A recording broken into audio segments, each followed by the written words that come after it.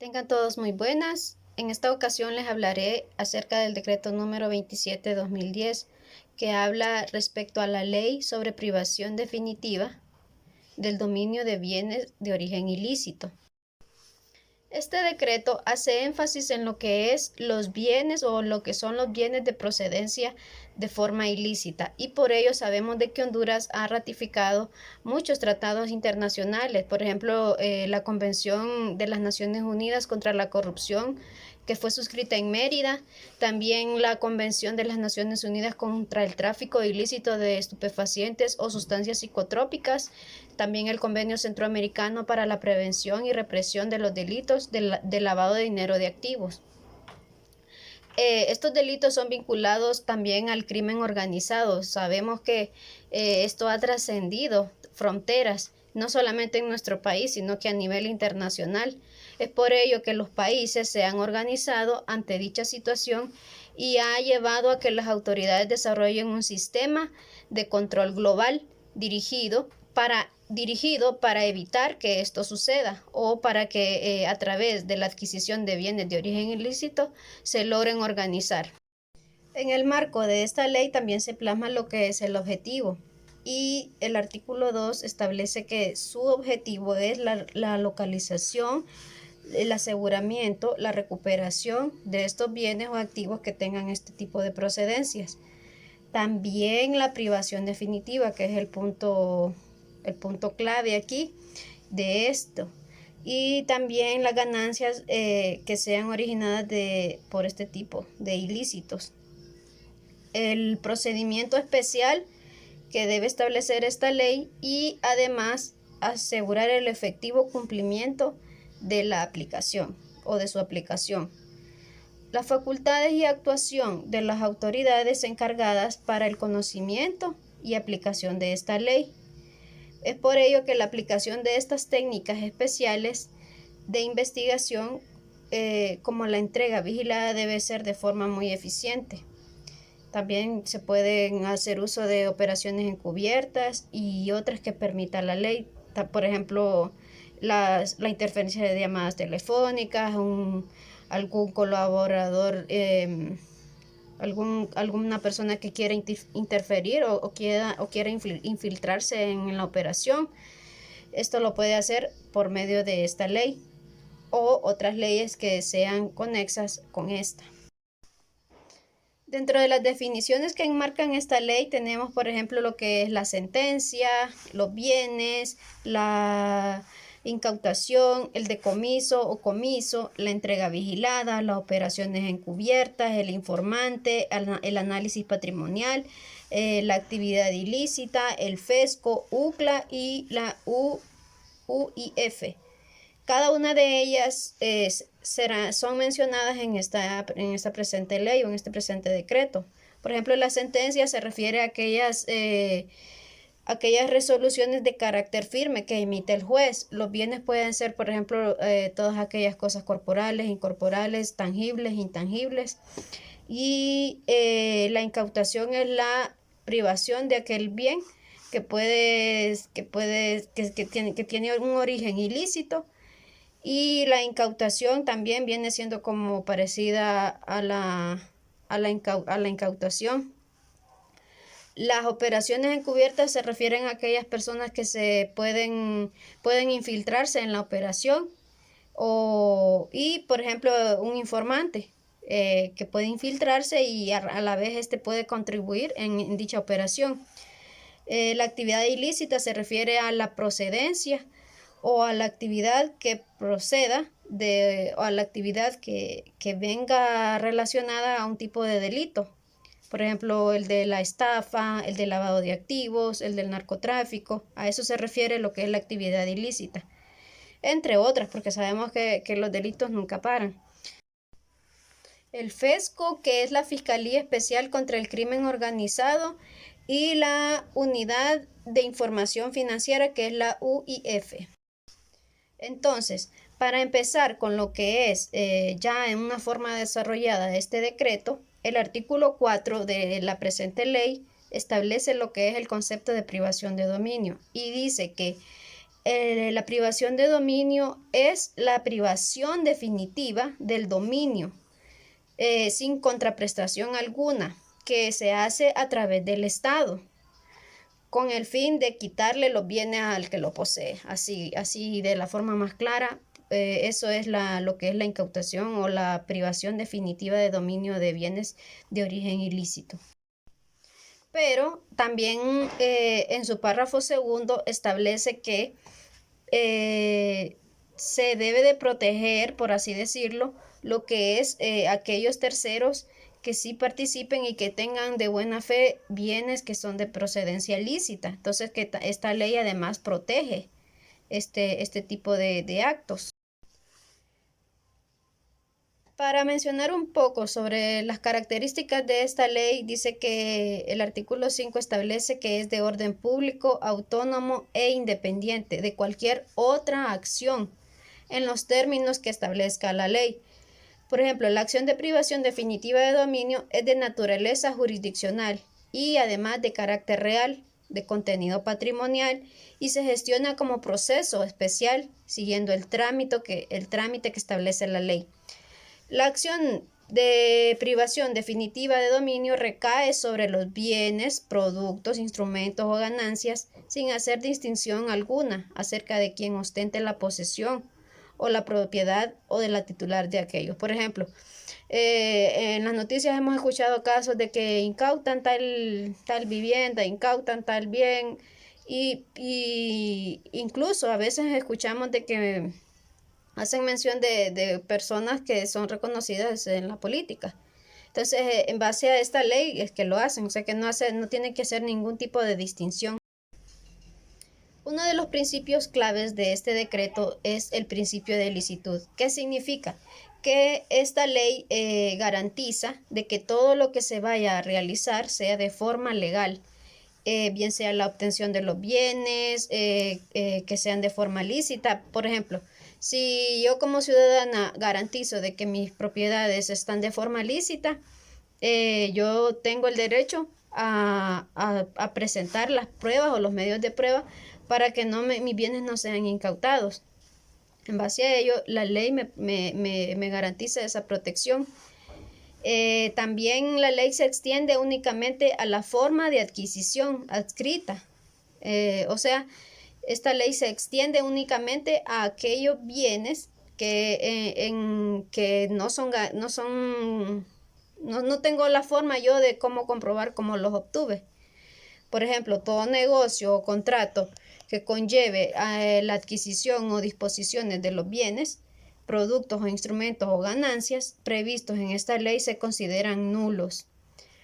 Lo que les decía, que si la procedencia de mis bienes son legales, entonces cualquier acto que incurran contra mí será nulo, porque yo tengo la forma y además que incluso puede considerarse como un falso, una falsa que quieren hacer en contra mía. Y también el que lo haga puede incurrir en responsabilidad civil o administrativa.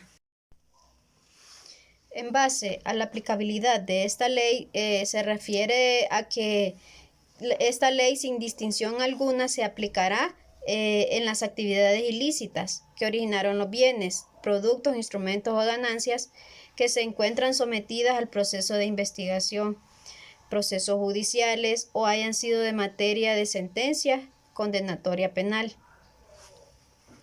El artículo 9 habla sobre las normas aplicables. Dice que esta ley también tiene unas leyes conexas con lo que es la ley la ley contra el delito de lavado de activos, también con el Código Penal, el Código Procesal Penal, el Código de Procedimientos Civiles. Con todas estas leyes podrían relacionarse este tipo de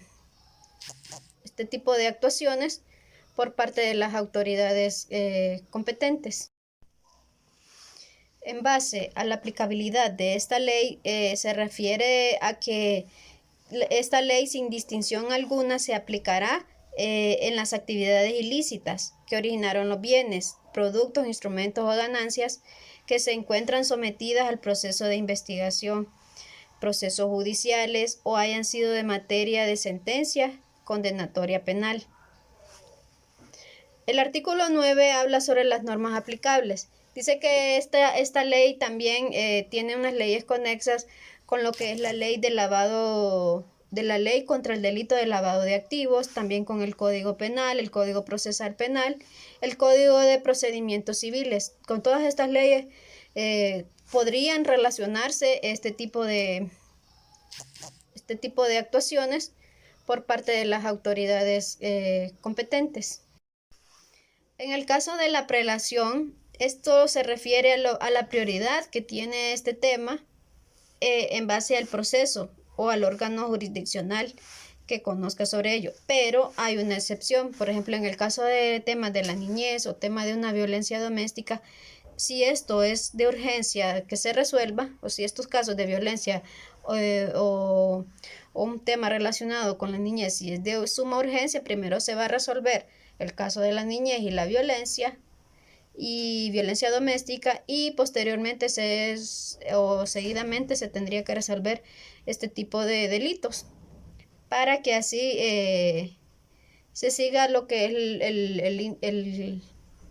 el proceso de lo que es la prelación. Ahora vamos a hablar un poco sobre lo que es la procedencia de la acción de privación definitiva del dominio. Esto se refiere más que todo ya en el proceso, cómo se debe de seguir cuando se va a hacer este tipo de operaciones.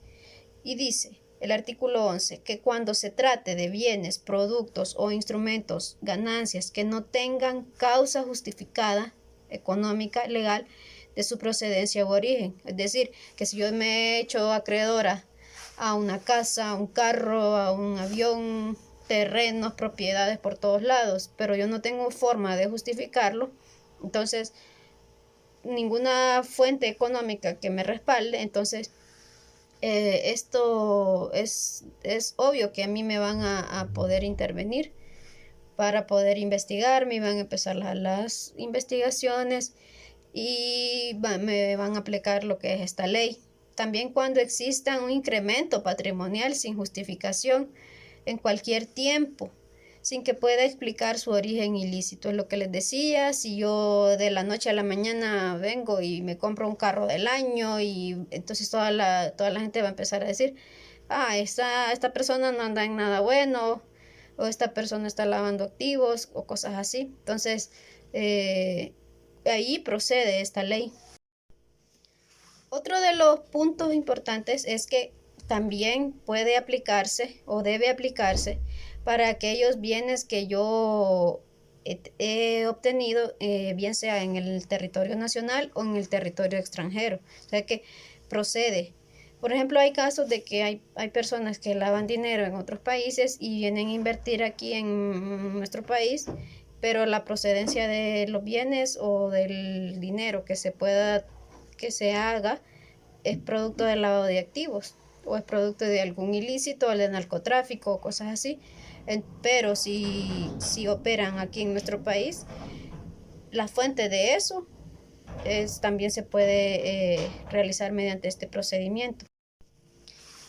En su párrafo 4 establece de que cuando se trate de que los productos, instrumentos, ganancias o cualquier tipo de bienes que se trate que haya sido utilizados como medio de instrumentos en la comisión de actividades ilícitas o sean destinadas a actividades ilícitas que correspondan al objeto del delito.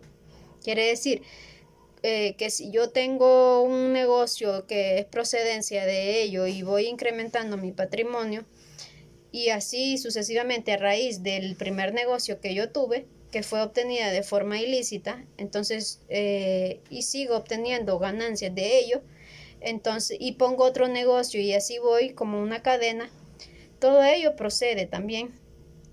Y porque su procedencia desde el principio fue de forma ilícita, entonces el origen de ello es ilícito, entonces por ello también procede. También cuando los bienes o productos o ganancias que se traten hubieran estado involucrados dentro de un proceso penal o que el origen de estos su utilización o destinación ilícita no haya sido objeto de investigación o habiéndolo sido. Por ejemplo, si yo asesiné a alguien para poder quedarme con ese bien, la procedencia de eso es algo ilícito. Entonces, no es algo legal lo que yo hice, porque tuve que asesinar a alguien para poder quedarme con eso, o con los bienes, o con las propiedades que la persona tenía. Y por ello también procede.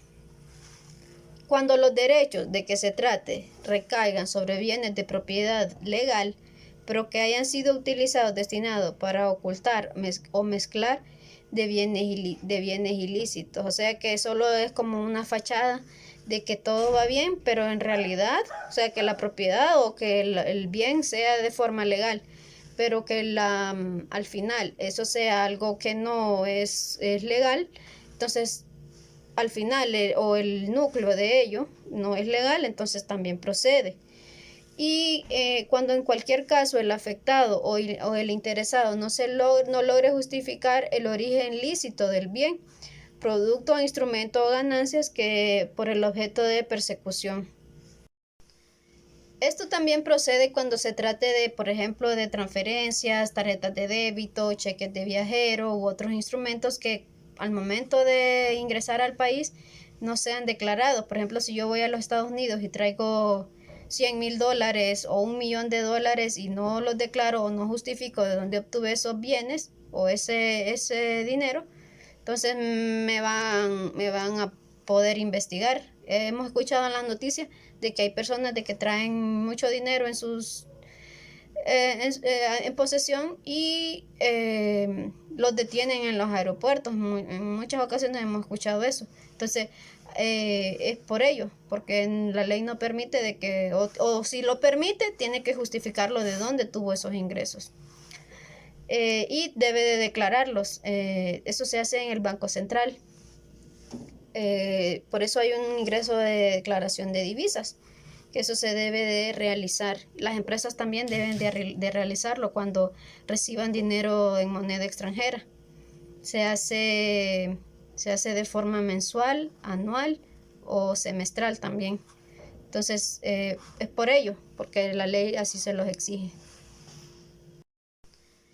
Esto también procede cuando se trate de, por ejemplo, de transferencias, tarjetas de débito, cheques de viajero u otros instrumentos que al momento de ingresar al país no sean declarados. Por ejemplo, si yo voy a los Estados Unidos y traigo $100,000 o $1,000,000 y no los declaro o no justifico de dónde obtuve esos bienes o ese dinero, entonces me van a poder investigar. Hemos escuchado en las noticias de que hay personas de que traen mucho dinero en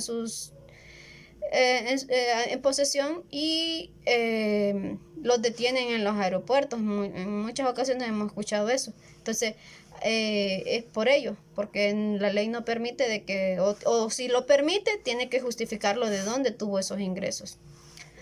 Y debe de declararlos. Eso se hace en el Banco Central. Por eso hay un ingreso de declaración de divisas, que eso se debe de realizar. Las empresas también deben de realizarlo cuando reciban dinero en moneda extranjera. Se hace de forma mensual, anual o semestral también. Entonces, es por ello, porque la ley así se los exige. Una vez que ya esto procede, entonces viene el Ministerio Público y para poder realizar este tipo de investigación se auxilia de lo que es la Policía Nacional, así como de cualquier otro ente autorizado por la ley, debiéndosele asignar el personal necesario para este tipo de operaciones, porque sabemos que no es nada fácil. Más que todo por el tema de la delincuencia y de la corrupción, y que se pueden ver infiltrados un tipo de personas y que estos sean informantes. A su vez, esto estará a cargo de lo que es la UCLA y el FESCO, que ya mencioné qué significan las abreviaturas. Ahora bien, en el ejercicio de este tipo de acciones dice que la acción o privación definitiva del dominio será promovida ante el órgano jurisdiccional por el Ministerio Público. Y cuando esto suceda, la acción de privación definitiva de dominio haya sido promovida ante el órgano jurisdiccional competente, el juez que conoce de esta acción en el auto de admisión requerirá a la Procuraduría General de la República para que dentro del término de 3 días se apersone el proceso como parte del mismo. Es decir, que primero a instancias del Ministerio Público y posteriormente ante el juez que conozca del caso. Y para el caso de que la Procuraduría General de la República no se persone, no se interrumpirá la persecución o la prosecución de este proceso.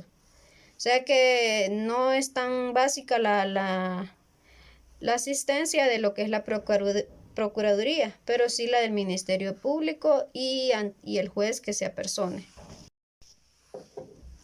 En el caso del artículo 17 habla sobre lo que es la obligación o colaboración que tienen que tener bien sea las instituciones privadas o las instituciones públicas. Y esta información debe ser solicitada por el Ministerio Público o por una autoridad competente. Cuando viene el Ministerio Público y tiene un tipo o necesita un tipo de información, se va a la institución y le dice, yo necesito que me dé información sobre esto y esto, y que me resuelva dentro de 24 horas. Ese es el tiempo que establece esta ley. Pero pueden haber casos de excepcionalmente justificados en los que el plazo puede alargarse, porque quizás la información es demasiado grande y por ello entonces se puede ampliar en un plazo de 48 horas. Para el cumplimiento de esta disposición, la unidad de investigación financiera y las instituciones supervisadas, por ejemplo, la Comisión Nacional de Bancos y Seguros, las instituciones financieras como son los bancos, no supervisadas por las mismas, dispondrán del personal durante el término de 24 horas. O sea que las instituciones que les mencioné deben de acatar lo prescrito en esta ley y así poder dar la información requerida. Para el tema de lo que es la información que se obtenga a través de estas instituciones, como ser la Comisión Nacional de Bancos y Seguros, los bancos, las instituciones no supervisadas, que sean requeridas por el Ministerio Público a través de la Unidad de Información Financiera, esta deberá ser presentada posteriormente en los plazos que así establece la ley, también y por el personal autorizado. Dentro del plazo de 5 días siguientes de la entrega de la información por parte de la Unidad de Información Financiera al Ministerio Público, esta información será remitida al Ministerio Público junto con el complemento y todo el respaldo que soporte todo tipo de información que no estaba comprendida dentro de la información que se recibió anteriormente. O sea que si aún ya he dado la información por estas instituciones, pero aún se tiene más, entonces tienen un plazo de 5 días. Si esto llega a incumplirse, entonces en base a los plazos indicados, sin ninguna causa, dará lugar a incurrir en el delito de desobediencia. Para el caso de la información que sea requerida y que sea solicitada y en el plazo que establece esta ley, las personas que intervengan en esto no incurrirán en ninguna responsabilidad civil o penal porque están contribuyendo a ello.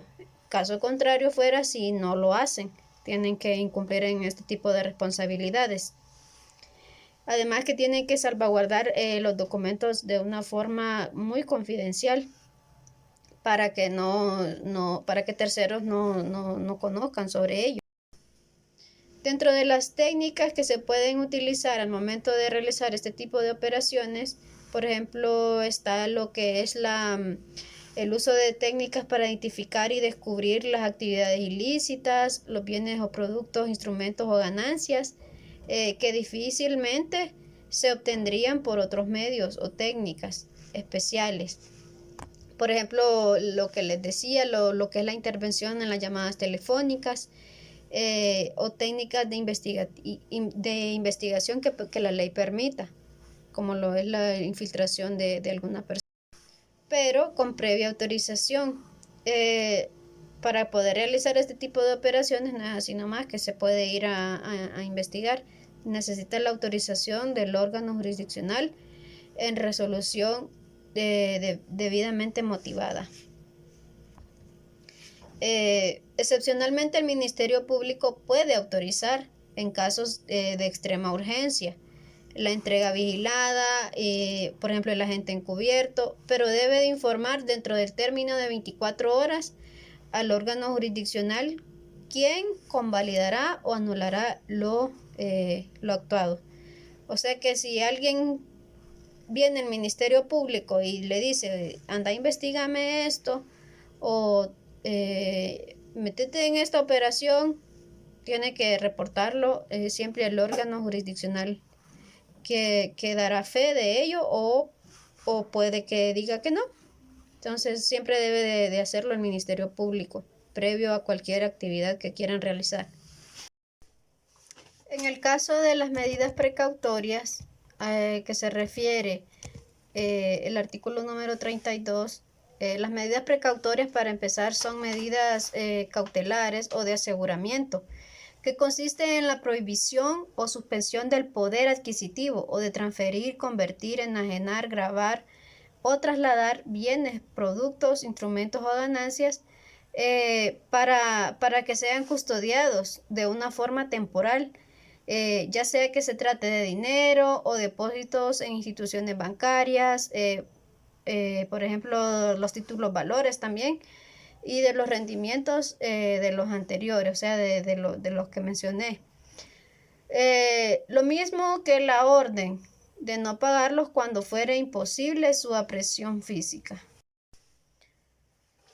Es necesario que en el procedimiento de ello se lleve a cabo lo que es el debido proceso. ¿Qué es el debido proceso? Es el trámite que corresponde a dicho proceso y que debe de hacerse en base a la ley de privación definitiva del dominio, el cual debe ser en base a ley, o sea que tienen que respetarse todos los procesos, no pueden saltarse ninguno. La protección de los derechos es otro tema fundamental. ¿Por qué? Porque durante todo el proceso de este tipo de privación de dominio, se debe de garantizar y proteger los derechos al afectado o al titular, permitiéndole que pueda presentar los medios de prueba o que justifiquen la procedencia de los bienes. También que puede hacerse que esté haciendo valer en contra de los bienes o los productos, así como ejercer el derecho de contradicción, defensa y otros derechos que la Constitución de la República establece. Es necesario entonces que se siga el debido proceso, además que se le permita al que se le está imputando los bienes, al que se le están incautando los bienes, que se le permita presentar los medios de prueba, porque así lo garantiza la Constitución de la República. Entonces, sí es necesario que se siga el debido proceso. Para un mejor control de ello, entonces es que viene el que está siendo acusado y presenta los medios de prueba. Cabe mencionar que si alguno de los medios o alguna de las propiedades que él tiene y son de origen lícito y él puede acreditarlo, él puede entonces presentar los medios de prueba con el cual compró eso, los fondos que procedían para realizar dicha compra. Entonces, para que esto no salga afectado al momento de que se le haga la liquidación total. En el caso de los que son bienes de terceros, estos pueden involucrarse en este tipo de operaciones para así también presentar los medios de pruebas que sean necesarios. El procedimiento que debe seguirse para poder realizar este tipo de operaciones, la única autoridad encargada para poder realizar ese tipo es el Ministerio Público a través del agente de tribunales, el cual presentará un escrito o solicitud de privación definitiva de dominio ante el órgano jurisdiccional competente. Dicho escrito deberá contener, por ejemplo, la solicitud de privación del dominio, el órgano jurisdiccional competente, la adscripción e identificación de los bienes, o sea, el detalle de todos los bienes, la enunciación de los bienes, productos, instrumentos o ganancias en el caso de que, por ejemplo, sobre estos haya recaído medida precautoria. Se indicará la autoridad que haya ordenado tal medida. El nombre y domicilio del titular de derechos reales principales o accesorios, de quien ostente o comporte como tal de ambos, si fueran conocidos por la autoridad. O sea que debe ir el nombre completo de quien tenga la posesión de los bienes.